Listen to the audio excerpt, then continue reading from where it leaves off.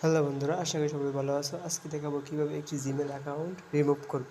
তোমার mobile phone থেকে একটি জিমেল অ্যাকাউন্ট রিমুভ করার জন্য প্রথমত তুমি গুগল থেকে রিমুভ করতে পারো, হয়তো তুমি প্লে স্টোর দিয়ে রিমুভ করতে পারো।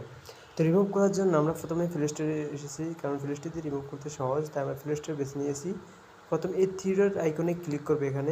এখানে ক্লিক করার পর তোমার প্রত্যেকটা জিমেল এখানে শো করবে।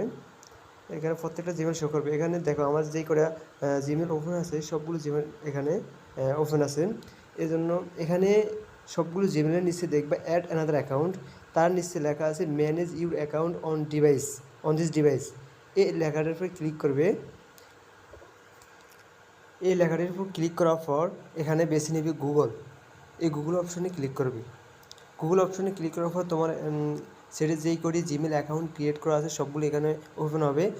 যেমন আমি নিচেটা মনিরুল এই জিমেলটা রিমুভ করব, তার জন্য এই জিমেলের উপর ক্লিক করলাম। ক্লিক করার পর বন্ধুরা এখানে এই থ্রি ডট আইকনে দেখছো দুইটা চোখের মতো চিহ্ন, এখানে ক্লিক করবা। এখানে ক্লিক করার পর দেখো রিমুভ ইউর অ্যাকাউন্ট, এই রিমুভ অ্যাকাউন্টে ক্লিক করো। রিমুভ অ্যাকাউন্ট ক্লিক করার পর বন্ধুরা দেখছি এখান থেকে আমাদের জিমেলটা রিমুভ হয়ে গেছে। একদম সহজে সিম্পলে তোমাদেরকে দেখিয়ে দিলাম কীভাবে একটি জিমেল অ্যাকাউন্ট রিমুভ করতে হয়।